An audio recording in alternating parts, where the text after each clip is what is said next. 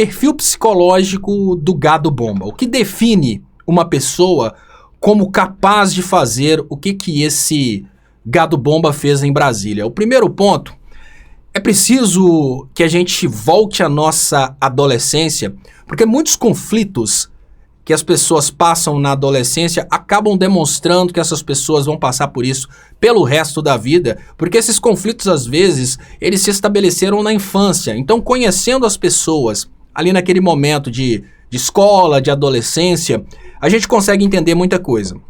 Esse rapaz que chegou a dizer para uma repórter antes das explosões que ele é muito feio, ele representa aquele perfil daquele cara radicalzinho na nossa escola, que na época em que os professores falavam, por exemplo, a respeito do nazismo, e os professores todos assustados, normalmente eles passam ali informações que traçam Hitler como sendo um ser sanguinário, um ditador que matava. Os nossos professores normalmente ensinam sobre o Holocausto de uma forma que a gente acaba se assustando e vendo Hitler como tendo sido o pior ser humano do mundo.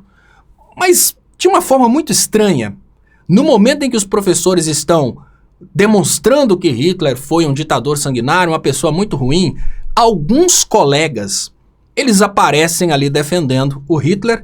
Esses colegas, eles passam a desenhar a suástica para todo lado.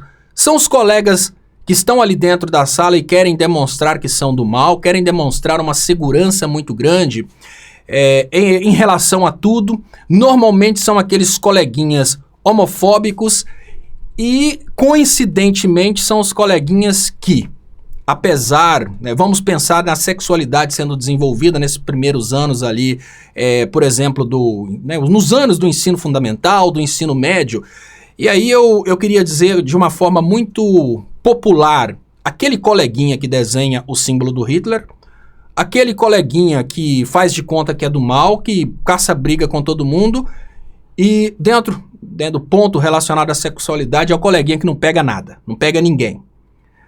Esse cara está vivendo um conflito interno muito grande, ele precisa de constante reafirmação, porque ele mesmo não acredita nele.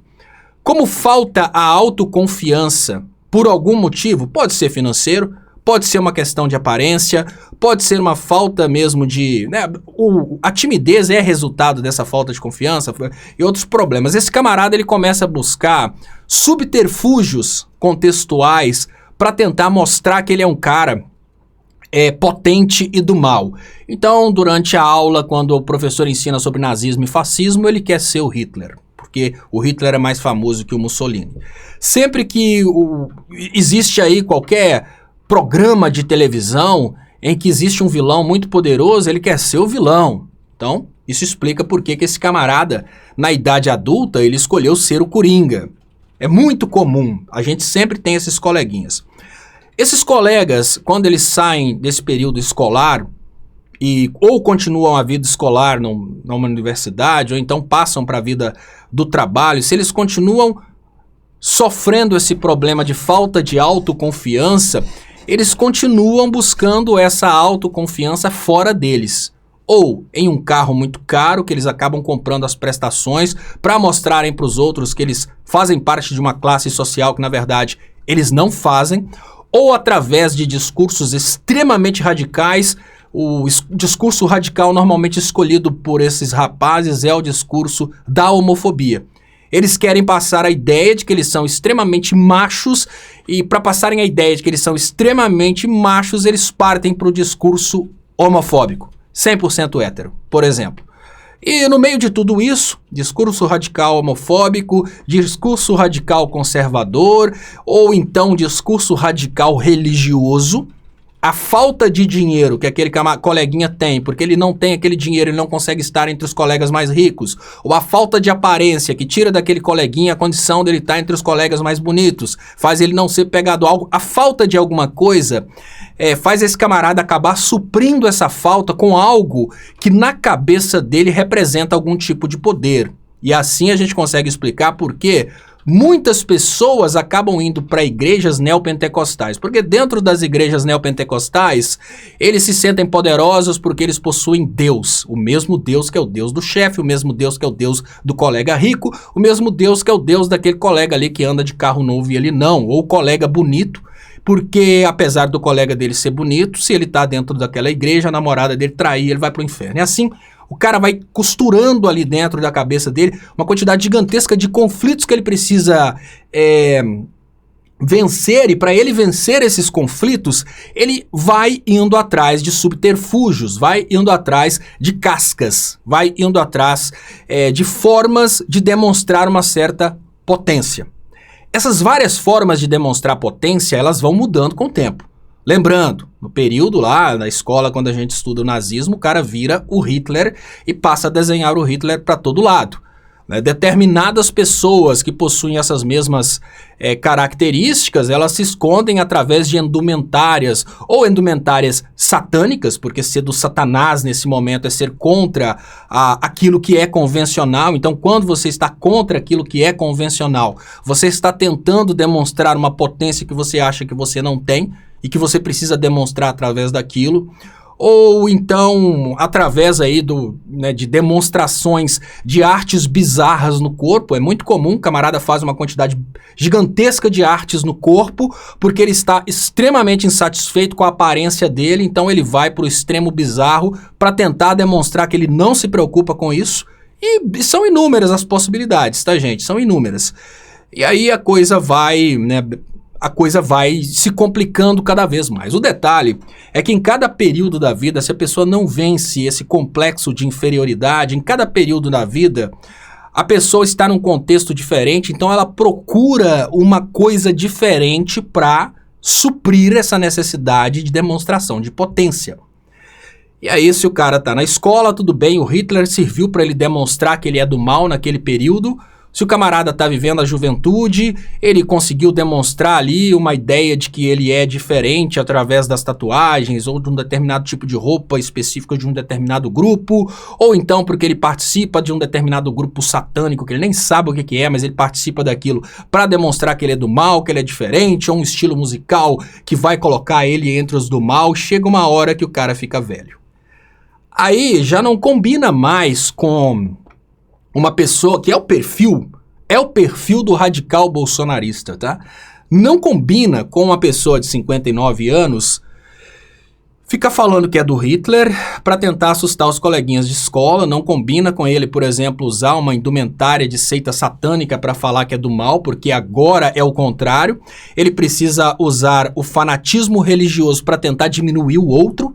Então, olha, o outro que conseguiu tudo aquilo que ele gostaria de ter conseguido, ele vai tentar humilhar falando, mas você não tem Deus, eu tenho Deus, você é do demônio, você tá perdido. O cara chegou na fase que ele não conseguiu nada, ele gostaria de ter conseguido muita coisa, ele não conseguiu nada, ele se sente feio, ele se sente fraco, ele se sente impotente, e aí ele olha para os outros e tem inveja desses outros, ele precisa de alguma coisa para diminuir. Para não fazer papel de palhaço falando que ele é melhor porque ele é do Satanás, ele parte para uma religião que é uma religião padrão que vai dar para ele muito mais legitimidade. Então ele tá lá dentro de uma igreja neopentecostal, ele olha pro camarada que ele tem inveja e fala, olha, mas você vai pro inferno.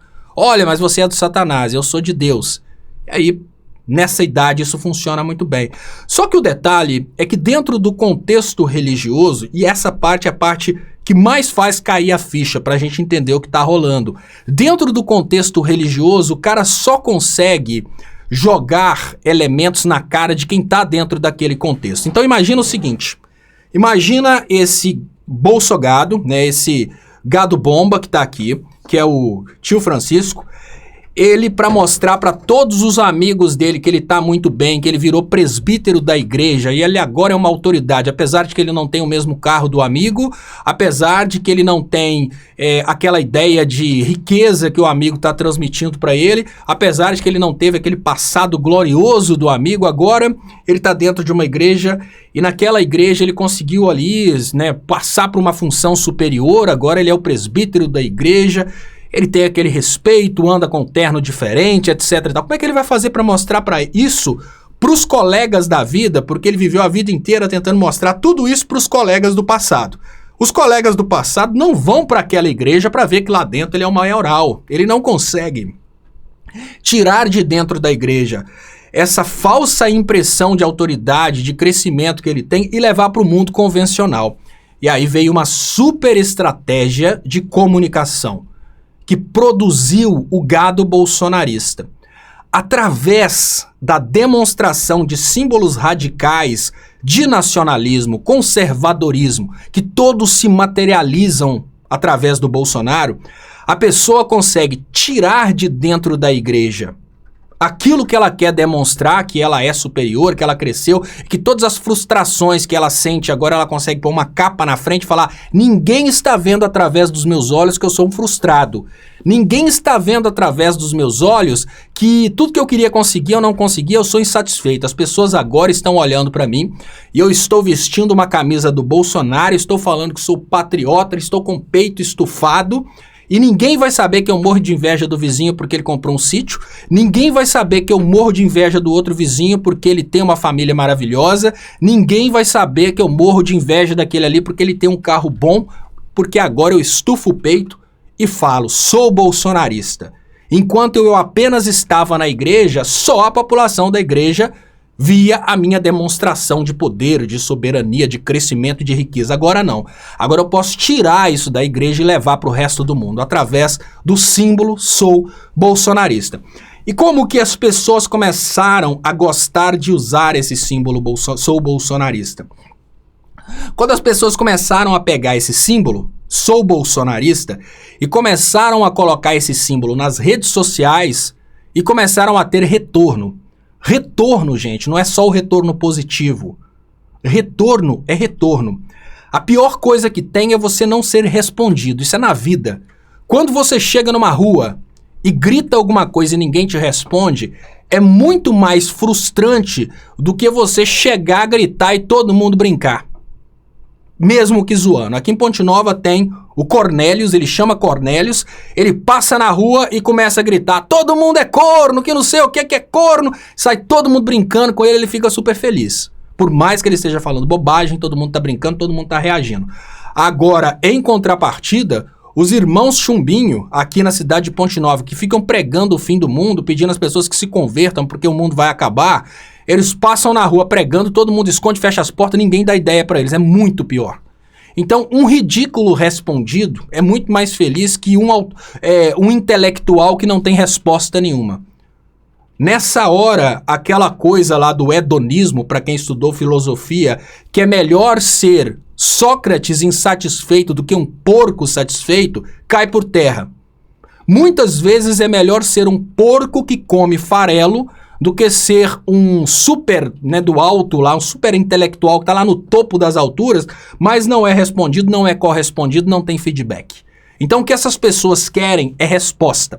E para elas conseguirem respostas, é muito mais fácil elas descerem completamente ao nível do bolsonarismo e com isso terem respostas do que continuarem tentando respostas num nível intelectual que não responde ninguém.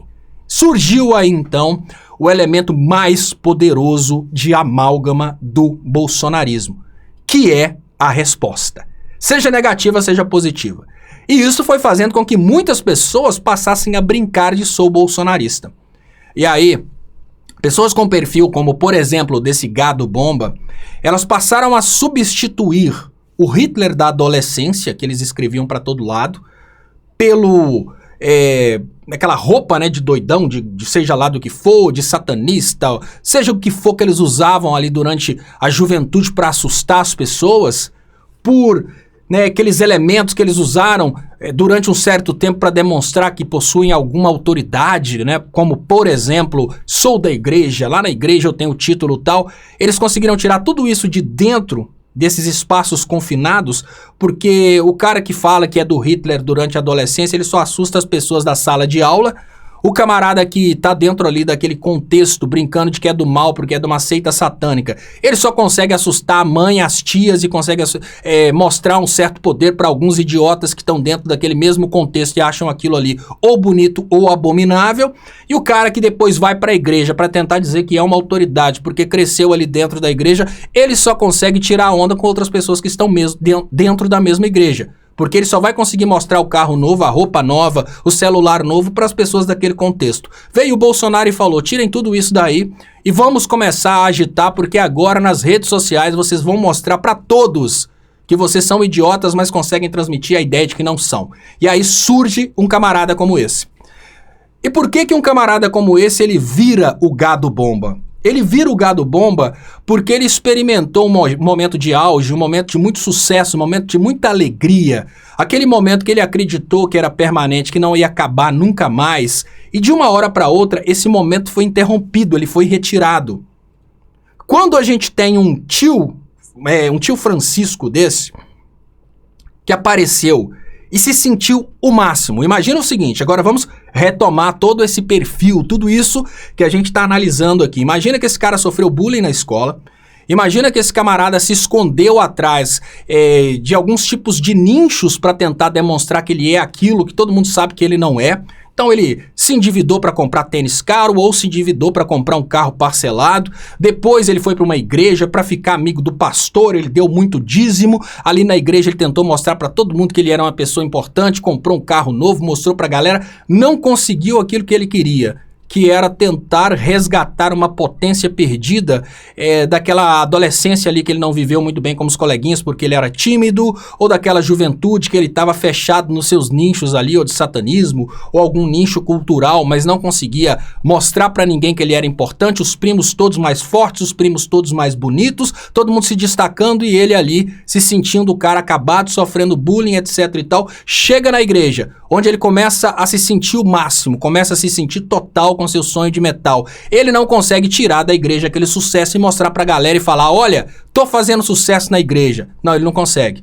Aí veio o bolsonarismo e fala, tira toda essa bobagem aí de tentar fazer sucesso nos locais fechados que você vai começar a fazer sucesso agora pra todo lado. Seja você também um opressor bolsonarista.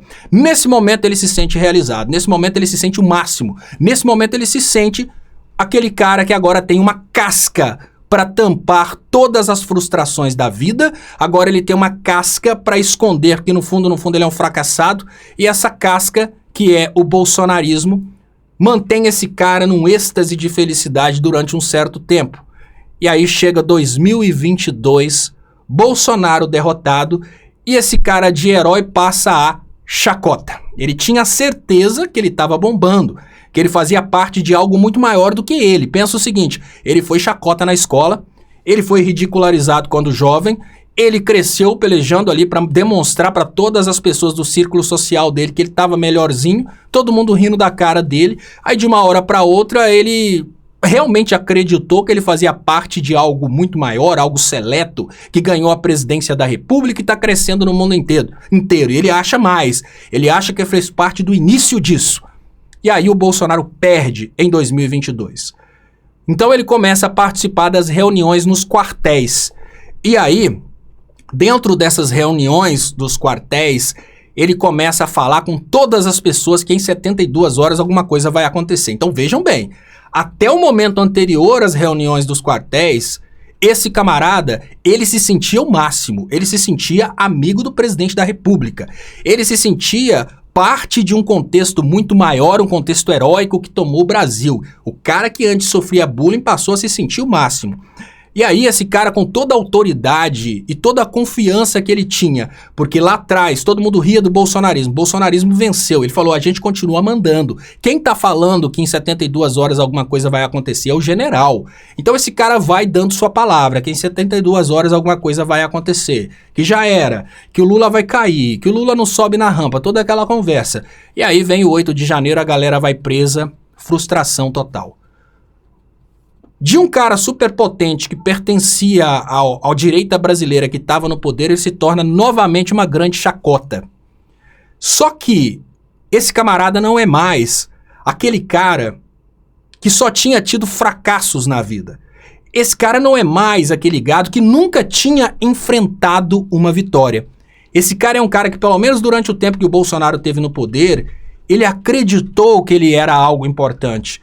E com a derrota do Bolsonaro e o fim da esperança de golpe que acabou no 8 de janeiro com a prisão daquela galera, esse camarada passou a se sentir novamente aquele cara feio do período escolar, que todo mundo ria da cara dele, que era a chacota da galera. Só que agora, com todos os amigos da atualidade olhando pra ele e falando, ué, não ia acontecer alguma coisa em 72 horas? Ué, Bolsonaro não ia dar o golpe? Toda hora alguém cutucando o cara e fazendo chacota. É o momento em que esse cara perde a cabeça e percebe que ele já perdeu tudo. E ele pensa, eu já perdi tudo, a vida não faz mais sentido. Por quê? Ficou para trás o meu orgulho, ficou para trás a minha masculinidade, ficou para trás a minha honra, ficou para trás tudo, porque o STF está prendendo a galera do 8 de janeiro, a possibilidade do Bolsonaro voltar acabou, a possibilidade de eu voltar a ter aquela glória que eu experimentei por 4 anos, se foi. A vida não faz mais sentido. Quer saber de uma coisa? Eu vou explodir tudo. Então, esse sonho encontra eco na cabeça do imbecil. E olha, não precisa dizer acreditem. Depois dessa frustração, o cara parte para isso. E tenta fazer. Ele errou. E aí eu digo para vocês sobre casos semelhantes. Como, por exemplo, aquela igreja que prometia que aconteceria o arrebatamento e os extraterrestres buscariam aqui na Terra apenas as pessoas daquela igreja, porque depois a Terra ia acabar. Depois que passou o dia, os caras simplesmente ficaram humildes e deixaram de ser prepotentes, porque até então eles estavam no altíssimo nível de prepotência. Isso é absolutamente normal. As pessoas que se acham pequenas e passaram a se achar grandes no momento em que alguma coisa aconteceu, como por exemplo o bolsonarismo, quando isso acaba, essas pessoas voltam a pensar que tudo acabou e vem a frustração. É extremamente comum o suicídio de pessoas que passaram por um momento bom e depois caíram novamente. É mais comum do que o suicídio de pessoas que sempre estiveram na merda. Os índices de suicídios nas classes médias é muito maior que os índices de suicídios nas classes pobres que nunca experimentaram a riqueza. Exatamente porque tudo que esse cara quis na vida, ele acha que teve durante o período do bolsonarismo. Não é riqueza, é reconhecimento, é sensação de poder, é sensação de potência, é sensação de ser algo. E no momento que o Bolsonaro foi derrotado e depois, no momento em que acabou a esperança de que algo aconteceria nas próximas 72 horas, tudo que ele achou que ele foi, acabou. E ele voltou à triste realidade de antes. A realidade de ser um ser humano comum com um problema muito grande, que é o complexo de não ser o suficiente. É um dos maiores problemas do ser humano. Quando você olha para frente e pensa, eu estou aqui, todos poderiam ser iguais, mas eu não sou. Eu sou inferior em determinadas características. E porque eu sou inferior em determinadas características e eu cansei de tentar esconder que sou inferior e eu experimentei a potência por 4 anos, agora eu vou me levantar contra quem me tirou essa potência. Então aí ele parte para explodir o STF, para explodir o Alexandre de Moraes, para explodir tudo, porque o que mais importava para ele não era a vida. O que mais importava para ele nem era dinheiro. E ele demonstrou de uma forma muito clara que nem era a família. O ego dele é tão grande em cima dessa ideia de que ele precisava estar confortavelmente potente e aceito, que ele estava disposto ou a enfrentar a cadeia, ou como ele demonstrou, a morrer para defender aquilo que lhe foi tirado, que é essa sensação de potência, essa sensação de poder. Então, com essa explicação eu encerro aqui esse vídeo sobre o perfil do eleitor do Bolsonaro que pode se tornar um gado bomba, ou seja, o perfil do gado bomba. E deixa eu trazer aqui alguns comentários.